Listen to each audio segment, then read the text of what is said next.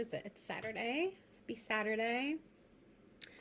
I am continuing. I am staying on it, continuing my pledge to myself that I'm going to step into courageous vulnerability and hold myself to that in a way that feels good to me so that I am serving myself and serving others in an authentic way. So I'm coming on here this morning to talk about when things don't make sense, when they like feel hard, when you're wondering, what the heck? Why me?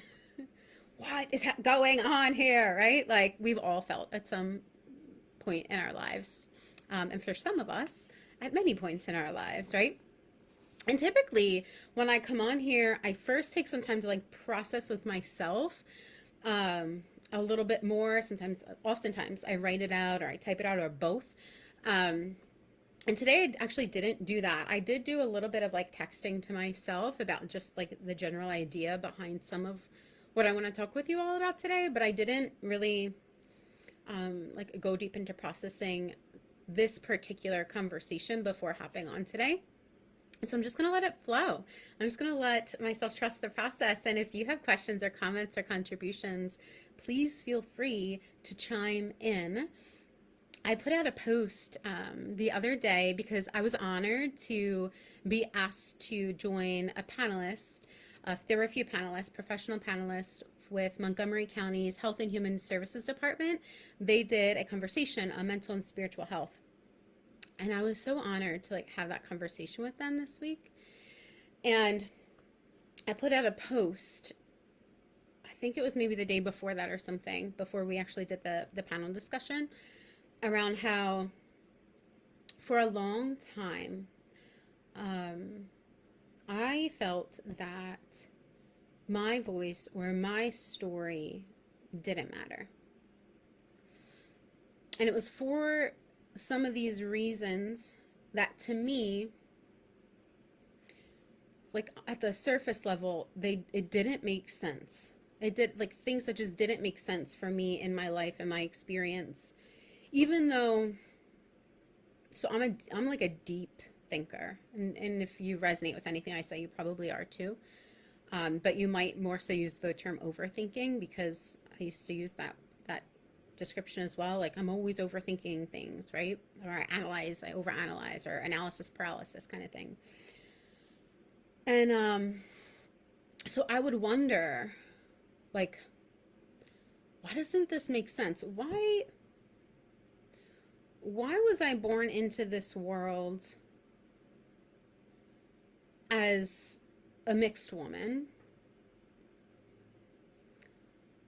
when there's these categories that you should be this way, or you should look that way, or you should act that way if you're black or if you're not black? Like if you're black, or I don't want to say like if you're black or if you're white, it's like there's these cultural categories too, right? Like if you're in this culture, if you're part of the black culture or you want to represent the black culture, you need to look this way, talk this way, be this way.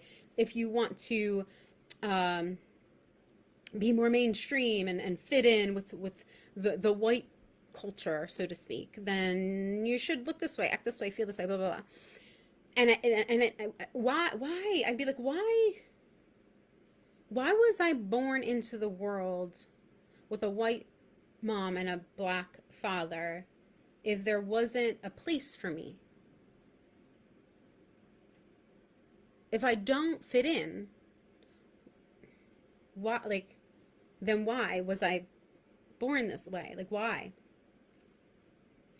And then I had other questions, like, people put my parents on a pedestal as pastors. A lot of people put pastors on pedestals. And I'm like, but why was I born the daughter of pastors? Seeing the flip side that's not on the pedestal. Yet still someone who's deeply connected to my faith, and knowing that there is something to that faith, even though I'm seeing these discrepancies with putting pastors on pedestals or what people do and say in church as a church community. Like there was this gap. Like, why? This doesn't make sense. Why do I feel like I have a purpose? My former self. Why do I feel like I have a purpose? but then constantly feel like I'm not living up to that purpose? Why do I feel like I'm always trying to live up to that purpose, but then constantly feel like it's never enough? Why do I want to, as I was getting a little bit older and my body was growing, I was always overweight and I was a tomboy, like, why was I born a girl if I don't resonate with all those girly things? Like, I feel more comfortable in like tomboy like stretch pants and baggy t-shirts. Why? Like, it didn't make sense. Why am I struggling with anxiety even though I'm working so hard to try to please as many people as I can and to try to fit in as much as I can and to try to work as hard as I can and try to do as much as I can and try to be as good as I can? Why am I having anxiety? Why am I cutting myself? At this point I'm in middle school. Why am I cutting myself feeling like I'm not enough, when all I do every day is constantly try to prove that I'm enough? Why? I don't understand. Maybe you can relate. Maybe those exact situations aren't yours. Maybe those exact experiences aren't yours, but maybe you can relate with this question of why. It doesn't make sense. I don't see how it comes together yet. Why does it feel like I'm supposed to be, I don't know, this symbol of unity, or this gap filler, or this bridge connector, when everyone wants to divide me into boxes and tell me that I should fit here, I should fit here. And when I don't, I just feel like crap. Why?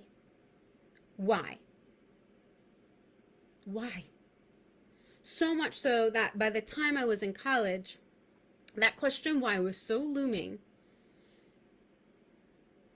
I was involved in so many extracurricular activities. I was one of the top RAs, like good grades and honors and all this stuff. And this question of why was like, why do I know that I have purpose? Why do I know that I was born for a purpose, with purpose, on purpose, and yet feel like I'm not meeting that purpose? Or maybe I just already met that purpose. Maybe I just already fulfilled that purpose. Because otherwise, I don't know why I'm feeling the way that I'm feeling after working as hard as I've been working.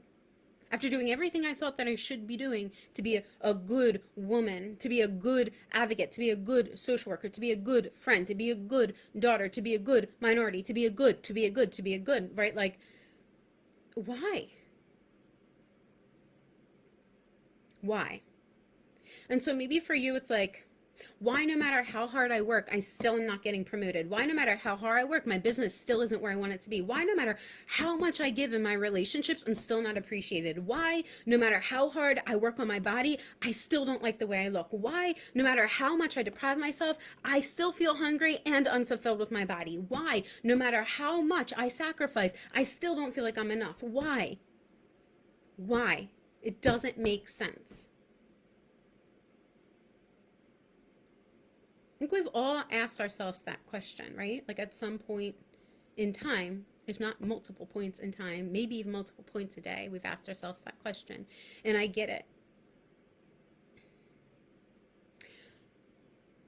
And I can tell you with certainty that we were all born on purpose, with purpose, and have a purpose to experience within our lives. Now, whether we all actually find that purpose and live in that purpose is a different story, but we do all have purpose. Every single one of our lives. I know that to the core of my being. And so when things don't make sense, when we're asking why this doesn't make sense, why this pain and suffering for me here, why this challenge for me here, it doesn't make sense. More times than not, what I have found, what I have figured out, what has been true for me and the people that I support and work with, is that there is something to learn and grow from in the space of the pain, in the space of the challenge. There's something in it for us. There's a scene from Evan Almighty that I so often, I think I even reference it in the Reset book. I'm pretty sure I do. Yeah, I do. That comes to mind for me when I have this conversation with myself or with other people. Quite like this scene comes to mind for me quite often because it feels so profound. Need water. If you haven't seen Evan Almighty, it's a family-friendly movie and it's funny. Check it out. But there is a scene that I think is relevant here. So in Evan Almighty, the wife in the beginning of the movie prays. She says, I pray, God, that you bring our family closer together. And over a series of events, there are a lot of challenges that get thrown at this family. A lot of challenges, a lot of stress. The husband essentially is called to be like Noah and to abandon his work, his high profile, government level, very well paid, high incentivized work that he just got, and to build an ark. And it is creating chaos. It is creating chaos in their home, with the kids, with the wife, with the work. Like, it is creating, even in the community, it's creating chaos because people are like, who is this crazy man, right? And so eventually the wife has had enough. Things get bad enough. She's like, I need a break. Me and the kids were leaving. And she leaves. And when they leave, she's in a restaurant with the kids. And the waiter comes over, who is God in disguise. She doesn't know that. And he talks to her when the kids go to the bathroom. And he says to her, you know, if someone asks for courage, do you think God just gives them courage or presents opportunities for them to be courageous? If someone asks for love, does God just give them love, or does he give them opportunities to experience and to be and to feel love? And he gives other examples. Some of those examples are mine, some of those examples are his, but there's other examples in there. And then he says, if someone asks for their family to come together to be closer, which was her prayer in the beginning, he says, does God just come in, smack them together, right, and make them closer and more connected? Or does he create opportunities for them to come closer together and to become more connected? And I think that's really relevant here. When we ask the question, why? This doesn't make sense. Why am I working so hard in this business? I'm putting more in than I'm getting out. Maybe I'm putting all these hours in, but I'm not getting anything financially out of it. Maybe I'm putting all this money in, but I'm not getting any fulfillment out of it. Maybe I'm putting a ton of work into parenting, but I'm getting no appreciation out of it. Whatever it is, I'm putting a ton of effort and energy into my marriage, but I'm getting nothing out of it. Whatever it is for you, I'm putting a ton of this into this, but I feel like it's not, why? This doesn't make sense. This doesn't make sense to me. It's not supposed to make sense to you yet. It's not supposed to make sense to you yet. Right now is an opportunity for you to learn and grow in a way that's going to help you experience more of what you want to experience. And no one said it would be easy, but it is an opportunity. And easy and simple are not the same. So sometimes it's more simple than we want to give credit. Sometimes it's not as complicated as we make it out to be. Sometimes it is more complicated, but sometimes it's not as complicated as we want to make it out to be, because hard and complicated are supposed to be together. If it's simple, then it should be easy, but that is just not true. I have found that the foundational elements of what it takes to experience meaningful success and greater satisfaction in life, love, and leadership isn't complication, it's simplification. But simple and easy are not synonymous. They're not. And so if you are someone, whether we're talking in life, love, or leadership, in parenting and marriage, whatever the case is for you, that was, or does find yourself asking, why? This doesn't make sense. I'm putting this in, I'm getting this out. This doesn't make sense. This does not equate. I don't understand. I'm telling you, I don't know when and I don't know how because it's unique to each of us, but there's some kind of opportunity in there for you to learn and grow from. And that includes feeling the feelings that you feel. We can't avoid our feelings. We do need to feel them. Your feelings are valid. We do need to feel them, and we need to learn how to manage them and work with them and process them in a healthy way. But there's something there. And so when I look back on all of those, why this doesn't make sense, I can see that the reason I was born into this world as a multiracial woman with a white mom and a black dad is because I am here to not just embody and embrace, but to actually be a model and an advocate and a beacon for unity that embraces diversity and diversity that embraces unity. I now know that to the core of my being, but had I not had that experience, all of those experiences as a child, I would not be as equipped or as aware or as understanding or as compassionate as I am now when it comes to bringing together to this unification while honoring diversity, and honoring diversity while also being able to practice this unification during a time in our world when division is so clear and is presenting so much rigidity that is causing so many issues in our systems and in our individual lives. It's so clear to me now, decades later. It's so clear to me now why I experience the anxiety and depression, not just because of the experiences that I was going through in life. That's definitely part of it, because my experience was valid. My emotions are valid. I now know that. I didn't know that before, but I now know that, and I embrace that.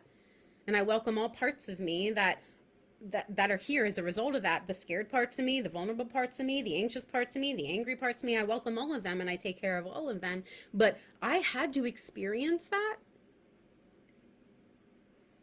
It wasn't forced upon me. I'm not saying, if you listen to my conversation about destiny, I'm not saying everything was pre-written for me, and so I just have to live what was pre-written and I have no free choice. I'm not saying that at all. I don't agree with that. But I do believe a sense of destiny in that we have a purpose, right? We all have purpose, and we can live in that purpose while making our own individual choices along the way that then affect ourselves and those around us.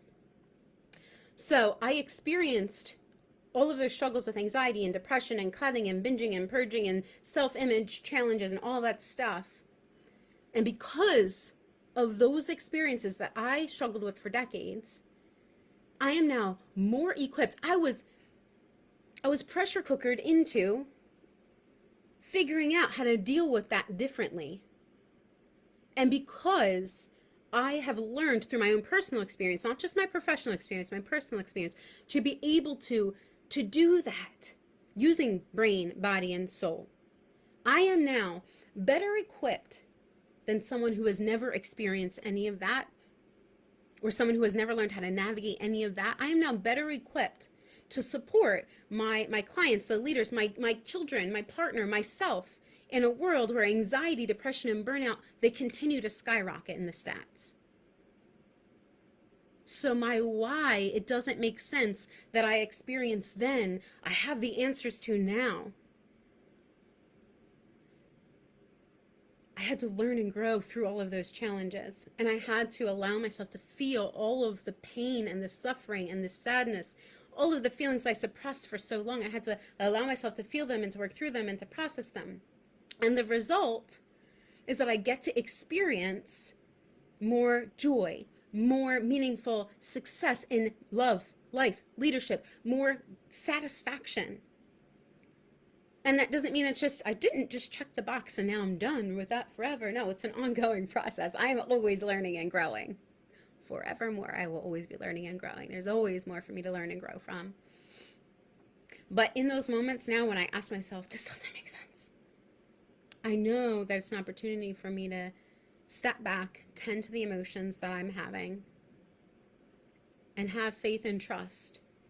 And there's something in this for me to learn and grow from. Maybe I learn and grow from it today, tomorrow, next year, next decade. I don't know exactly when, but I'm welcoming the idea and the belief that there is something more for me to learn from this. There is something for me to learn and grow from by experiencing this. The world isn't against me. maybe there's something in this for me, no matter how painful it may be. So I hope that this serves you wherever you're at in your journey. I know that it's relevant to most all of us for sure. And so I wanted to have this conversation with you all today. I hope that you have an amazing day, an amazing weekend. And if you have any questions, comments, or contributions, I always welcome that, because collectively we're able to add more, right? Add more value, add more conversation, add more perspective to these kind of discussions. So thanks for hanging with me, y'all. See you later.